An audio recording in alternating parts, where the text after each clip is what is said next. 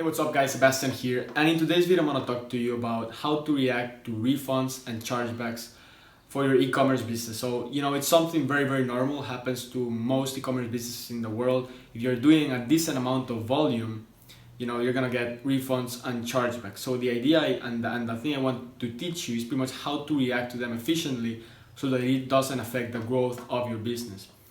Businesses like Amazon.com, Wish.com, thousands of sellers around the world experience this, and it's very important to know exactly how to react to this. And of course, you gotta have a good customer service, you gotta have a good product, you gotta work directly with your vendors so you can give a better experience to your customers, things like that. But there are a ton of variables out there. I want to teach you how to react to this so that you don't mess up your business. The first thing I want to know is that it's normal. It's gonna happen, and you should expect this. A business that sells 500 items per day, it's just like almost impossible not to get refunds or chargebacks, whether if they are from PayPal or from your credit card processor, from your payment processor. It will happen. Refunds happen for a lot of different reasons. People just don't want the product. They got a product that's damaged, they don't want to pay for, wait for the shipping times. Sometimes I've got cases like people that the item is about to get to their house, like 2 days to get there, and they still want the refund because simply they want their money back. For whatever reason, sometimes people make a refund, and the difference between a refund or a chargeback is that a chargeback, actually the person goes to the bank and asks their bank to reverse that transaction so that they can get their money back. So it's kind of like a rougher situation. It's obviously not pleasing at all, because people actually went to the bank, they complained, they want their money back. Who knows what they told to their bank, and just it's like more aggressive to say it like that. A refund is kind of like an agreement between you and your customer to give them money back, and maybe they want to change their product, or maybe they're not satisfied.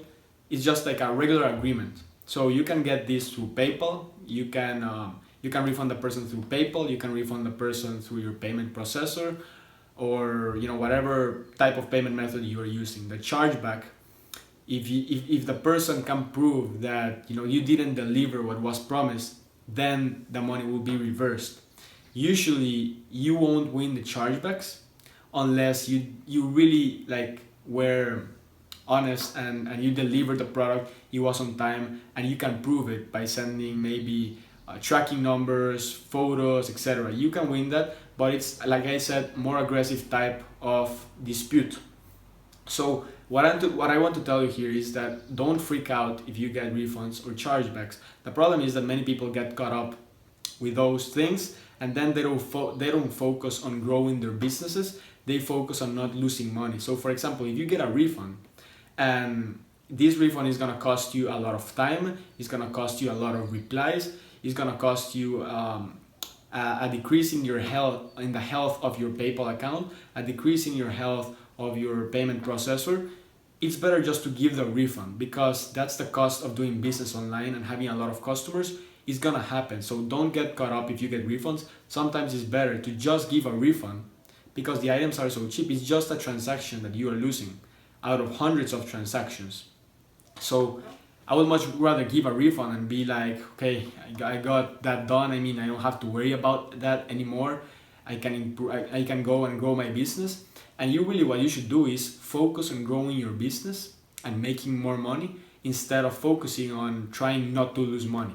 Because it's something, like I'm telling you, it's something that happens naturally on this process. And especially if it's a low ticket item, meaning that the product is not very expensive, it just costs $10, it's better just to give the refund and move on. And many times you just want to give the refund, for example in PayPal, so that the case is closed. In PayPal, when someone makes a request for a refund, they open a dispute. Okay, they open a case, and then they escalate it to a claim. Okay, in those cases, that can really affect your reputation of the account, especially if the case is open for a long time. The PayPal systems just trigger the thing and make it, it affects your account, because I've been there. So many times it's better just to give a refund if it's a low ticket item. If it's a high ticket item, you would want to fight that if you were right, if you delivered what you promised. You don't want to be fighting. If you send a product to your customer and it was broken, you don't want to be fighting, so that you don't give them the money, because it's your duty to give them a good experience, either to give them a refund or send a new item. So only fight what you can win and what you are right about, and don't fight what it's your fault, because it's pretty much unethical. I mean, maybe you can win it by getting away with it, but it's unethical. So don't focus on how much money you're losing on refunds. Focus on how you can grow your business, and try to make systems so that you can actually take care of that part of the refunds and chargebacks, so that it doesn't affect you mentally, and so that it doesn't affect your productivity. Okay, so I have my virtual assistants. They pretty much take care of refunds and chargebacks and all those things. Unless it's PayPal related, I take care of that, because I don't want them to be going to my PayPal account or my payment processor. Okay, so my merchant account. So that's pretty much what I got, guys. Focus on growing. Don't get caught up with small obstacles that you will face in a process that's supernatural, in an e-commerce business. And that's pretty much it, guys. So if you like this video, be sure to subscribe, comment, or like, and I will see you in the next episode.